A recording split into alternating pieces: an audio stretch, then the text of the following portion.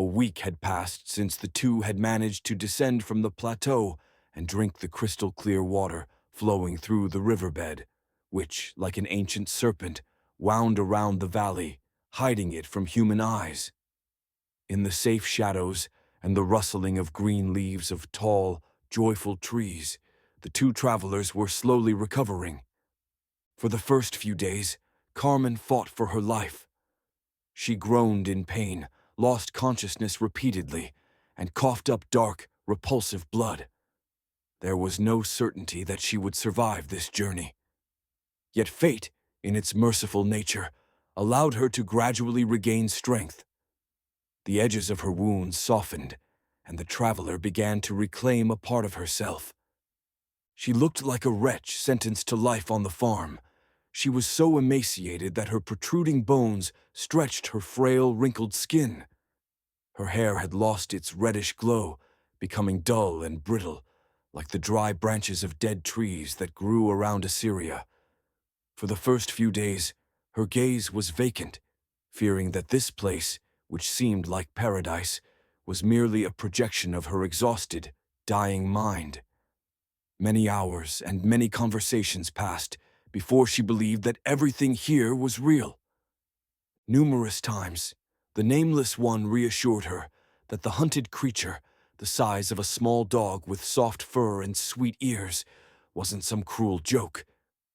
At least 3 times, he swore on his deck of magical cards that the waters flowing in the stream would bring her comfort, and that the white, fluffy clouds lazily drifting across the azure sky were not the product of her sick mind. The man without a name had a lot on his plate during that time. He took care of Carmen, uncertain of her situation, while also rolling up his sleeves to hunt strange, wild animals with shapes foreign to him. He built a shelter, gathering firewood, breaking small branches, and arranging them into a makeshift roof attached to the mighty trunk of a tree with a sprawling canopy. After those few tense, uncertain days, on a warm evening at the foot of the campfire, Carmen finally spoke. I still can't believe we conquered the great desert. I suppose I'll never shake the feeling that this might all be a lie, but She took a deep breath. I'm grateful you brought me here, even if this world turns out to be an illusion. It wasn't my doing. It was your determination that led us to this valley. Under different circumstances, I would have turned back to civilization. You knew that. I saw it in your eyes. And yet, you're still here. Apparently, life writes all kinds of scripts. Yes, sometimes those stories seem unbelievable. What do you mean? Sitting under this great, powerful tree, I had time to think about a few things. I observed the slope from a distance, the one we descended from. Or rather, you descended, dragging me behind you. I still can't imagine how you did it. It seems impossible. I had a lot of luck and determination. Even I can't fully comprehend it. But we made it. After 2 days of painstaking descent down that dangerous, winding slope, I stepped onto the soft, green grass and collapsed nearly dead. I remember those final moments perfectly. I was exhausted, half dead, and the only thing I wanted was for the pain, this ordeal, to fade into oblivion. Believe me, I was as close to death as you were, perhaps even closer. So what changed? What made you rise, take me in your arms once more, and bring us here, to this small hill between the stream and the dense forest? It was a good, very fitting question, one that wasn't easy to answer. The man himself didn't understand what had happened as he slowly accepted his defeat. He lay on his stomach, panting and sighing under the weight of his pain. He felt as if his bones and muscles had shattered into tiny fragments, resembling the red, cursed sand of the desert he supposedly left behind. At that moment, nothing had the right to, piece him back together again. But sometimes the human body, in extreme conditions, manages to spark something that reignites the flame to fight for survival. Such was the case with him, this man on the brink of life and death, resembling a walking corpse whose face bore countless scars. He never answered himself whether what he saw was real or merely a product of his mind, but that one unique moment allowed him to find the strength to try once more. Before his eyes appeared a woman, clothed in the morning breeze, with a smile that could disperse the darkest night. She shone with the living light of a star, and the rays that surrounded her eased the pain in the exhausted man's body. The mysterious figure moved closer to him, almost gliding in a dance-like motion. She leaned over him and gently brushed his cheeks with her fingertips. Though he couldn't see it, he felt as if his open wounds began to close and heal at an incredible pace. Mira, He asked, bewildered. The figure he named Mira merely smiled. It was an idyllic, life-filled smile. where am I? Am I dying? Can I finally rest? You are where you need to be. The woman replied with a sweet, innocent voice. But this is not the time and place for your death. A cruel fate that won't allow me to leave at the height of my suffering. The man said, barely catching his breath. 2 days ago, you were just as cruel, not letting your companion die in peace. Why should I treat you any differently? The nameless one tried to grasp the glowing figure by the ankles, to feel her reality, but his fingers passed through her like mist. So, you're an illusion. Perhaps I'm the echo of this valley, trying to speak to you. Perhaps I'm merely a creation of your imagination, trying to motivate you to endure this pain. Maybe I'm Mira, whom you so desperately call out to, and I've come to save you. Or maybe I'm just your inner voice, sobbing, pleading, and bargaining with you because I don't want to die. Not here, not in this beautiful place. You've conquered the great desert. You can't simply give up now as a reward. I have no more strength. You ran out of strength long ago, yet divine wrath didn't stop you. Lack of water and food didn't stop you. Carmen sinking into darkness didn't stop you. Neither did the absence of faith, hope, or acceptance of the world around you. So why should it be different now? So you're the writer, the director of this wretched play? You still want to see how far a man can go despite adversity? Why? Why have you brought so much pain and sacrifice upon me? My dear nameless man, I am no one important, and I am certainly not the terror and ruin of your misery. Perhaps I don't even exist, for you'll never be sure if this scene truly happened. But that doesn't matter, just as words don't matter in this moment. Then what's so important that you disrupt my end? Perspective. The woman touched him once more, and, with a graceful, delicate motion, turned his head to look at the unconscious Carmen lying nearby. We both know you desire death, but you expect your end to pass without disturbing the waters, like a stone cast in anger at the dark lake of life's reflection. Your fate is intertwined with hers. Without you, she will die as well. Now I know who you are. Do you now? You're me. Within every human, there are forces that whisper words of faith or venom. This eternal struggle between darkness and light shapes us, gives meaning to our existence. We are opposites. I'm just not certain which side you stand on, but... The nameless one looked again at the girl, who battled dreadful convulsions. You're right. Her fate is my fate, for better or worse. The man sat in thought for a moment, replaying the extraordinary conversation he'd recently had in his mind. But when he looked at Phoenix's innocent face, he decided not to share the details of that moment with her. It was too intimate, a deeply personal matter he preferred to keep to himself. I don't know what happened. Maybe death simply wasn't meant for us at that time. The girl accepted this answer without further questions. Her mind was occupied with something else. Her strength was slowly returning, and with it, her curiosity was reborn. Her thoughts drifted back to the tall, seemingly steel structures she had glimpsed beyond the dense forest. She had so many questions and so few answers.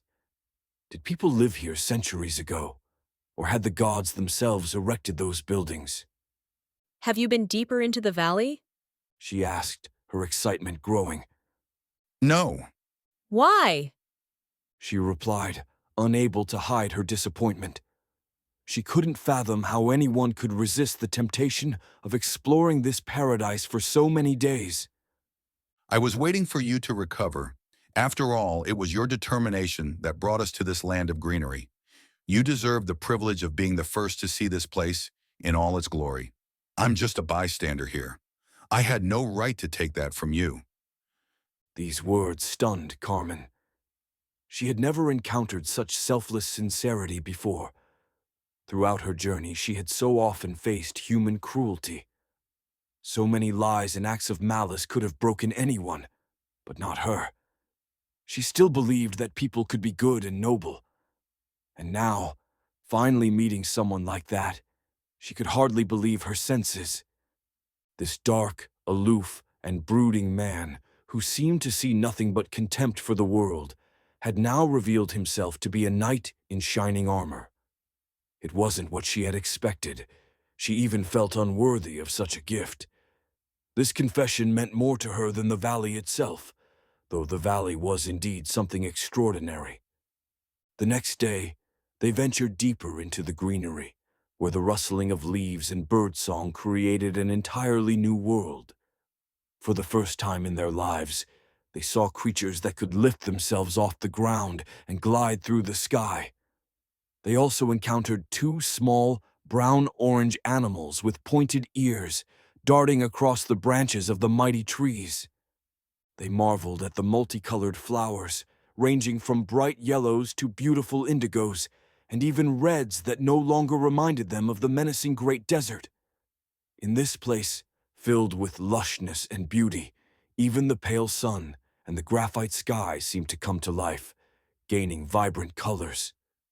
The wind no longer carried the stench of decay, oil, or dust. It was fresh, humid, carrying the scent of plants. The air was filled with the sounds of small, innocent mammals and mysterious reptiles.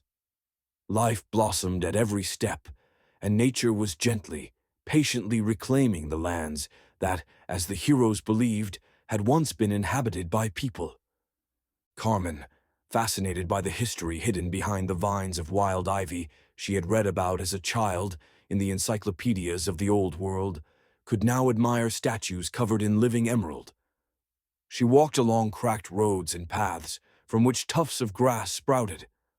The tall buildings, reaching dozens of meters, had become homes for animals and plants. It was harmony, an idyll. And then she saw something both fascinating and intriguing. In the center of the abandoned town, a rocky mound rose, its sharp edges resembling castle towers. Despite the passing years, decorations made of colorful paper, attached to the solid structure with threads and strings, had somehow survived. Look! Carmen shouted excitedly. They must have held some sort of festivities here, maybe even joyful rituals. Or, wait, do joyful rituals even exist? Never mind. She waved her hand dismissively. Let's go inside. Before the nameless one could protest, and he was about to, the enthusiastic girl grabbed his hand and eagerly pulled him toward the carved entrance. Thanks to a carefully designed system of openings and mirrors, which still functioned despite the passage of time, the interior was illuminated by brightness and countless hues refracted through stained glass. Without a doubt, thought the explorer, this was a place of worship. She saw a stone altar, several benches, countless candle holders with burnt-out candles, and statues of priests holding ancient symbols of power, a crown, a scepter, and a carved crest on a shield that, unfortunately, hadn't survived intact, making it impossible to fully grasp its meaning. We should leave, said the nameless one grimly, feeling uncomfortable in a place where rituals and ceremonies had clearly been held. Don't tell me you're afraid of lingering magic. Carmen teased. You don't even believe in gods, so what here could possibly harm you? Just because I don't believe doesn't mean places like this aren't touched by forces we don't understand. I can't believe that anything sinister could be hidden in this valley. Look at all the colors and vibrancy around us. It's truly fascinating. True, but He started, wanting to add that despite the colors and beauty, something bad must have happened to the inhabitants of this valley. After all, among the abandoned homes and temples, there wasn't a single human soul, no bodies, no signs that anyone had ever lived here. It seemed very suspicious to him. But before he could say more, Carmen saw the largest stained glass window in the dome. It depicted a man in a hat. I knew the gods existed. Look, it's an image of one of them. And not just any god, it's the gambler himself, the highest of the gods, who wielded a deck of cards in his arsenal. Really? The highest god was called the gambler? It's a shame they didn't name him the trickster or the magician.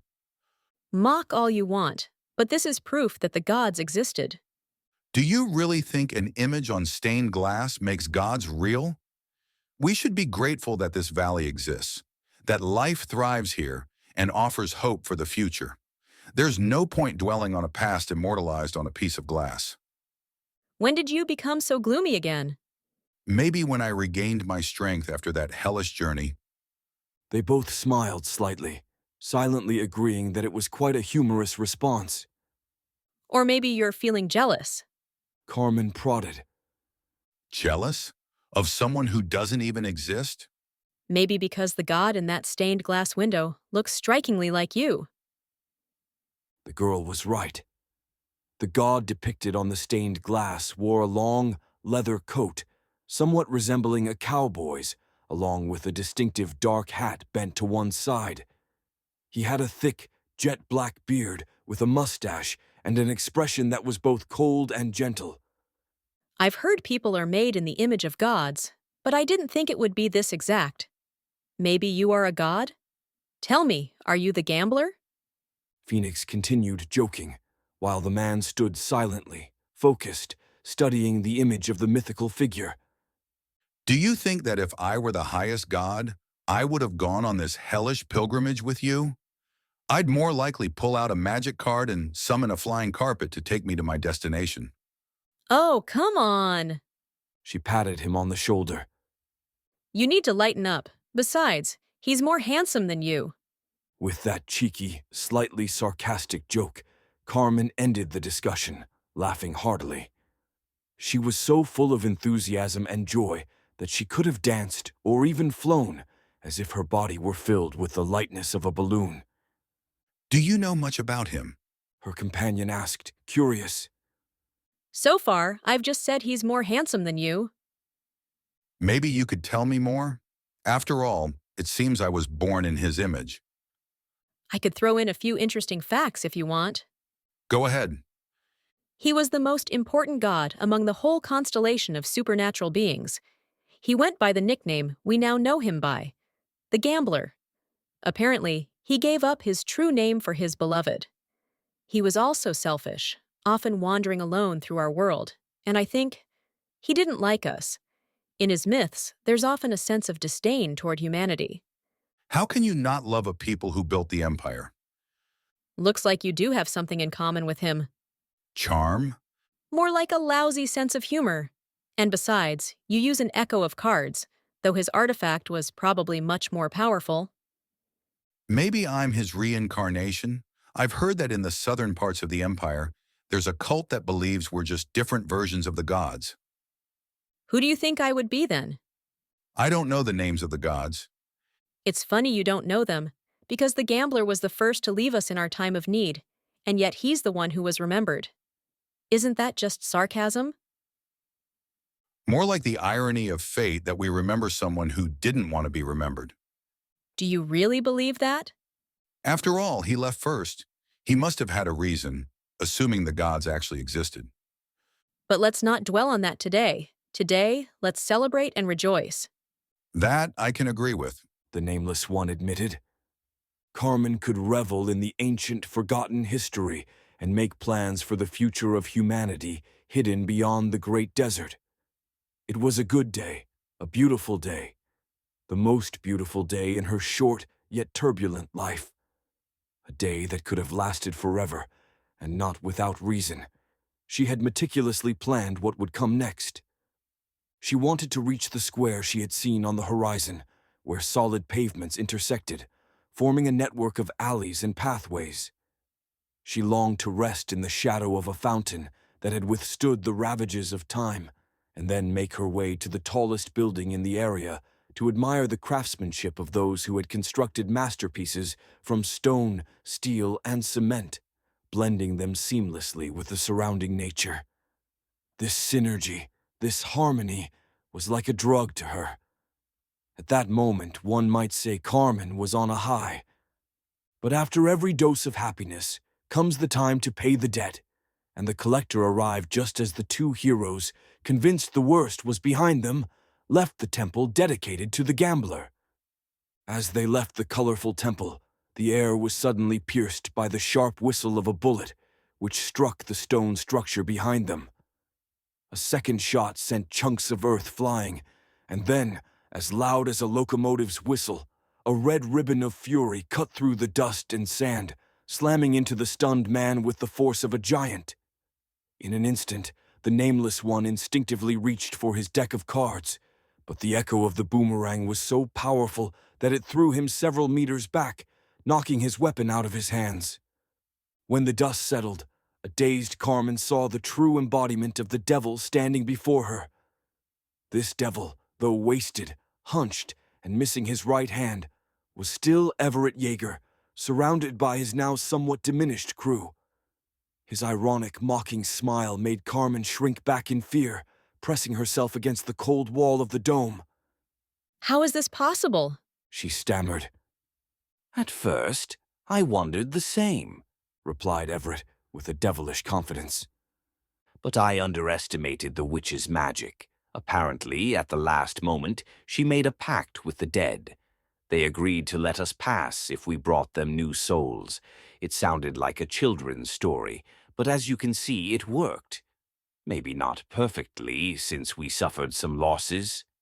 Next to him stood Daniel Sills, the same man who had fired the first shot. His twisted face was full of hostility. It was hard to imagine what he had done to survive in the great desert, but he wasn't the only one who had to smother his humanity. Ethan Woodworth had also paid for his past sins. He had been responsible for the cruelties within Yeager's crew, and now those horrors were slowly killing him, just as he had once choked his own conscience. To survive on the desert steppes, this band of degenerates had brutally murdered Francis Rufus and Marvin Rupert, and it was Ethan, who had taken up the boomerang, that each night carved the flesh from his fallen comrades and roasted it over a fire for the remaining survivors. The last person who had the audacity to survive the wrath of the gods was, of course, Shelby White. She looked the worst of all, missing 6 fingers, 1 eye, and several teeth lost in a quarrel with Everett. Her body bore the marks of torture she endured each morning to appease the dead. Each of them, even the gang leader himself, bore the scars of suffering and pain, haunted by the nightmare of survival that had become their reality. The witch's magic, superstitions, and inhuman sacrifices had allowed them to twist their cursed fate and stand before those who had destroyed their plans. Yeager was meant to rule over his farm and die of old age. Shelby was to gain immortality through her rituals, and the rest were supposed to drink, exploit prostitutes, and terrorize Assyria.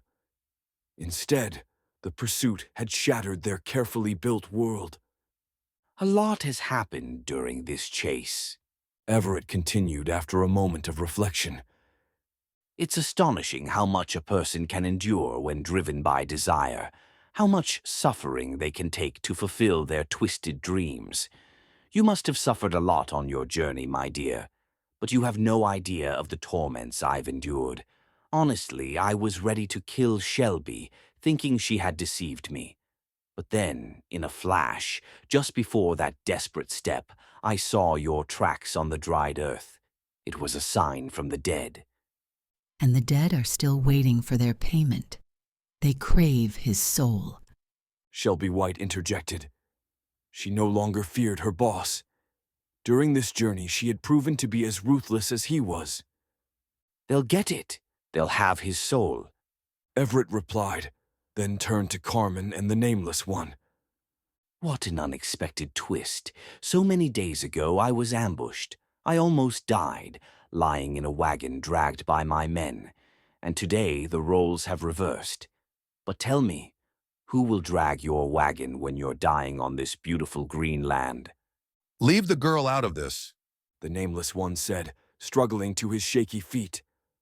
No one had ever struck him down so hard with a single blow. Look at that. Our savior has finally arrived. The gang leader laughed wickedly. You still don't understand. This chase was never about you. I know your foul mouth, your dilemmas, your flashes of chivalry. This revenge isn't about you, it's about her. She's the catalyst for all of this. If it weren't for her, you'd never have cut off my hand. If it weren't for her, I'd never have pursued you on this journey with no return. If it weren't for her, I wouldn't have to kill you now. Finding himself in a hopeless situation, the man desperately tried to locate his artifact. He knew that without it, he stood no chance of winning this fight, especially since he was alone, facing 4 furious people, hungry for revenge, for all the wrongs suffered during their journey across the great desert. Time was running out, but the Nameless One spotted his most precious possession, the deck of cards, lying at Carmen's feet. He was ready to break every vow he had ever made to defend the innocent soul that Carmen Phoenix was to him. In his eyes, she was one of the few rays of goodness in the dark, corrupted world of the Empire. Even here, in this oasis of greenery, she was the only one worthy of this paradise. But before he could lunge for his weapon, he noticed bony hands emerging from the ground, trying to pin him in place. He had to leap away, moving further from his salvation. Moments later, he heard the whistling sound and saw a crimson streak in the air. The boomerang was back in action. The echo of the boomerang, sharp as a razor, almost took off his head had he not dodged at the last moment. But all his evasions were in vain when Daniel Sills fired a precise shot, hitting the Nameless One in the knee and bringing him to the ground. Crawling with the last of his strength, he didn't see Everett closing in until it was too late. With all the strength he had left, the gang leader struck him with his magical staff, breaking his jaw. Under other circumstances, Yeager would have beaten him senseless, just as he had once done to poor John Marlowe. But now he was out of strength. After the brutal assault, he slumped to the ground, breathing heavily, but with a look of clear satisfaction. So this is how your story ends, Everett said with grim satisfaction. Ethan, bring the girl over. We're not so cruel as to let them die alone. Let them watch as we peel the skin from their bodies and break their bones. Or maybe I'll try a taste of human flesh. Her chest looks appetizing. Carmen struggled, trying to escape the bandit's grasp, but even wounded, he was stronger. The Nameless One looked at her with desperate eyes as she was thrown to her knees in front of him. He couldn't speak, barely able to keep his mind together as he fought against the excruciating pain of his shattered jaw. But he tried to convey something to her. I need the deck of cards. I need my echo. His voice, barely audible, seemed to manifest in her mind. It's our only hope. It's behind you. Trust me. Reach for my echo. The thought unraveling in her head was abruptly interrupted when she saw Everett snap her companion's right leg. The bone pierced through the skin, and thick, filthy blood oozed from the wound. Carmen, please, save us. She heard his voice once more in her mind.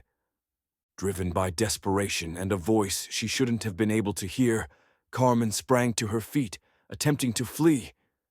But her run didn't last long. After just a few steps, the echoing sound of a gunshot rang out. The bullet struck her spine at the lumbar level, mortally wounding her and leaving her legs paralyzed. Sills approached Carmen, aiming his revolver straight at her head, ready to end it all with one shot. But he was stopped by the devil himself. Leave her. She'll be gone soon enough. I want to see this spectacle. Let's see where the limit of an already dying body lies. It might be quite a beautiful performance. Jaeger said darkly. Look at your woman. Look as every drop of blood drains her life away. Shelby White added, moving toward the half-conscious man. She grabbed him by the throat, forcing him to watch the grotesque scene. Everyone around laughed like madmen, all but the clowns themselves. Carmen, daughter of Adam Phoenix, an aristocrat mocked by the inhabitants of the Empire's capital, a traveler, an archaeologist, a wanderer. She had earned many titles along her journey, but these last few meters in her life would be the most difficult. Only 2 meters separated her from the deck of cards buried in the sand, yet for her, it felt like crossing thousands of impossible miles. It felt as if she were climbing the summit of the cruelest mountain in the world. Every movement brought unimaginable agony. Her imagination whispered that her muscles were tearing, her bones were being crushed. Crawling forward, she felt such torment that she found herself, in her twisted way, longing for the gentler touch of the desert. She's still moving. Look at that, she's still moving. Ethan laughed, hopping cheerfully around the barely conscious girl. I wonder where she's headed. I have a better question, Everett said with fascination. I'm intensely curious to see where our dear girl will finally rest. Any bets? The savages enjoyed themselves immensely. They took turns beating the tortured Nameless One, forcing him to watch Carmen struggle. She didn't have it easy either. After overcoming the first meter, her tormentors began to harass her. They poked her, yanked her hair, and kicked her in the stomach. Only Everett watched her with a wary eye, growing increasingly serious. He asked himself why this girl was heading straight toward the wall of that horrid building. Had death so intoxicated her that she didn't realize where she was going? Or did she have some hidden goal that might change the outcome of the entire situation? He quickly dismissed the thought as absurd. Enough of this game, He said after a moment. Daniel, prepare the meat for the fire. Without hesitation or remorse, Daniel Sills shot the girl square in the back, puncturing her body twice. She collapsed, lifeless. Everyone laughed and sang, except for one of the outlaws. Intrigued, Ethan walked over to the body he was about to prepare as the main course, and turned it over to see what she had tried to reach before her death. He noticed an open box from which cards had spilled out. Looks like someone was a gambler. Woodworth joked. Someone wanted to bet their life, but lost the game. What a shame. Well said. As a reward, you can have a taste of her chest. Jaeger added proudly. He triumphantly turned toward the imprisoned Nameless One, but was suddenly struck by the terror in Shelby White's eyes. Her reaction was strangely unsettling, as if she knew something that the others had yet to understand. What now? Everett snarled, gripping his staff tightly. Did things not go as planned? What do your damned spirits want this time? Should I cut off my leg, gouge out an eye? The voices of the dead. The witch began, barely able to swallow. I can't hear them anymore. What do you mean, witch? Speak plainly. Before the voices went silent at the moment Daniel Sills killed the girl, the dead let out one great anguished scream. Be clearer. I have no patience for your riddles, especially at the height of my triumph. By the gods! The dark-skinned woman whispered, staring in horror at the thick, ink-black fog that began to rise from the open box where the cards had once rested. Seeing this, she took a few steps back, stumbling over her own legs and falling to the ground. The other men silently watched the grim spectacle that had even struck fear into the spirits of the dead. Accompanied by sounds reminiscent of a wild beast's howling, the darkness floated through the air, circling all the witnesses of this inexplicable phenomenon.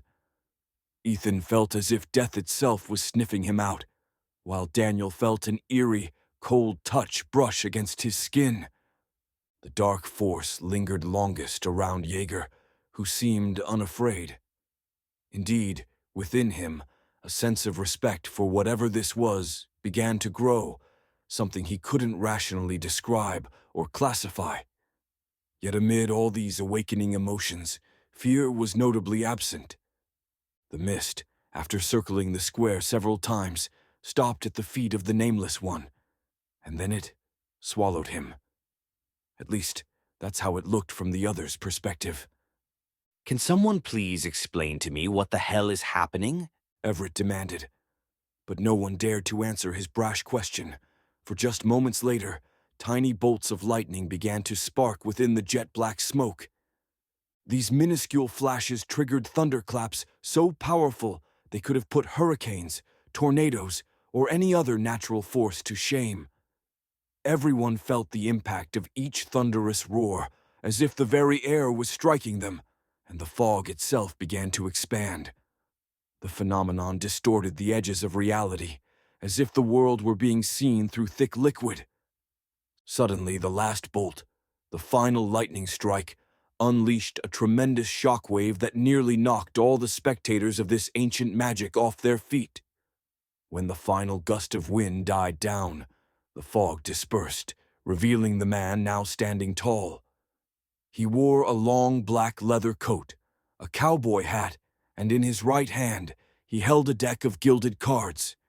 He was marked by a thick, black beard, a prominent mustache, and eyes that gleamed with the unnatural white light of lightning. As if nothing extraordinary had happened, Jaeger began to clap and cheer. A marvelous show. Now tell me, what do you plan to do next? And most importantly, who in the God's name are you? I never imagined I would be forced to break my word. Began the transformed Nameless One, his voice sharp and unpleasant. I was supposed to don this attire when I witnessed the beauty of the world, but thanks to you, something entirely different happened. Instead of beauty, I saw ugliness. A mysterious aura surrounded him, visible only to the witch, who trembled with fear. In the blink of an eye, the man appeared right beside her. Beneath the facade made of dreadlocks, beads, and clothes sewn from human skin, he saw a terrified little girl. He pulled a card from his deck depicting the King of Hearts holding a scythe and handed it to the woman, who couldn't compel her muscles to obey. Speak, he ordered, his single word carrying the force of a military command that made Shelby White jump. Tell me, Shelby, because I'm curious. What did the dead say right before they left you? What frightened you so much? The ground trembled as an impatient Everett Jaeger struck his staff against the earth. He hated being ignored, for he saw himself as the star of the entire show, at least in his mind, in his story. The Nameless One raised his right hand, not even turning to face the bandit, and said calmly, I'll deal with you soon enough. Be glad I've saved you for last. His gaze bored into the witch's soul, who felt as though he were looking at her from the perspective of her entire life. Shelby White, you've always dreamed of eternal life. You wanted to break the cycle of birth and death. You'd give anything to learn from the dead how to achieve it. So tell me for the second time, what did the dead say about me? Why do you want to know? She asked timidly. The man smirked wickedly. Depending on your answer, I might share with you a secret about your dream. They said. Shelby glanced over her interrogator's shoulder, looking at a fuming Jaeger who was seething with rage. They said you were the most terrifying of us all. That hatred had consumed you. What else? They said we wouldn't find mercy from you. The Nameless One patted her shoulder. Shelby White, the witch. Let me share a secret. The dead don't lie. He placed 2 fingers, his index and middle finger, on her forehead, and added, I'll grant you your wish, but you won't be pleased with it. Imagine how lonely an immortal feels, wandering among mortals. That's what awaits you. Only you will be alive among the dead. He gently pushed the stunned witch away, and she fell to the ground without resistance. The moment she struck the earth, she turned into a statue. Even Jaeger, who had felt no fear until now, was visibly shaken by this. Humans are remarkable beings, capable of acting against their will in moments of extreme fear, as was the case with Ethan Woodworth. Summoning his remaining strength, he threw his boomerang at his opponent. Lacking experience, as he had only recently inherited the echo from John Marlowe and Rufus Francis, he couldn't muster a spectacular attack. The red ribbon sliced through the air, narrowly missing Everett's head, and flew straight toward the Nameless One, who effortlessly caught the magical weapon mid-flight. He examined it briefly before letting it drop to the ground, then shattered it with a single kick. To think the original boomerang of the god Atari could once slice mountains in half, and now it barely gains the speed to turn red. They used to speak of the blue ribbon. It was an extraordinary sight. But you don't deserve such a performance. Instead, Ethan, for your sins, you shall be consumed by the very earth you've defiled. The Nameless One drew another card from his deck. This time, it was the Ace of Clubs, its symbol painted with human skulls. He tossed the card into the air, and it spun before bursting like a soap bubble. Ethan didn't have to wait long for what would happen. From beneath his feet, bone-like hands sprouted like bamboo, trying to grasp the terrified man. In a panic, he ran, leaving behind a disgusted Everett and a silent Daniel. The fleeing man desperately tried to escape the scene, which now unquestionably belonged to the Nameless One. But from every direction, from below and beside him, hostile, clawed hands emerged. One of these shadowy entities grabbed the villain by the neck, leaping from the wall of a nearby statue he had been passing. A blood-curdling scream echoed through the area. Ethan kicked and writhed like a small crying child as he was mercilessly dragged into the stone structure. The torment lasted only a few moments, but the final result left even the gang leader speechless. Everett was struck dumb as he saw, about 20 meters away, a human figure half consumed by the motionless statue. Daniel Sills, considered the most intelligent member of Jaeger's gang, didn't wait for his turn. With a steady hand, he grabbed his magical revolver, spun the cylinder, and, without emotion, aimed at the Nameless One and pulled the trigger. The bullet pierced his skull, creating a gruesome fountain of blood and shattered bone. Who in the god's name are you? Everett shouted in agony. And although he desperately wanted to know, the truth he received shook him to his core. I am a god who hates you, answered the Nameless One, drawing the Ace of Spades. and may this earth swallow you whole. He tossed the card onto the grass. The ground began to tremble and crack. To the horror of the last living witness, the fissure began to advance toward him. At first, Everett tried to flee, but when he understood his predicament, he decided to face his fate with the dignity of a true king. He straightened his back, puffed out his chest with pride, and adjusted his hair.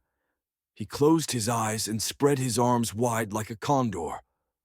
The verdict came swiftly, yet even then, he made no sound. He didn't squeal like a child, didn't scream, didn't cry. He only clenched his teeth so hard that a trickle of blood ran down his lip. He didn't even have time to feel pain before the earth closed over him, crushing his body and shattering the artifact that he hadn't let go of in his left hand. The entire scene lasted no longer than 5 minutes, for that was all the time the awakened god needed to punish those he had come to hate with all his heart.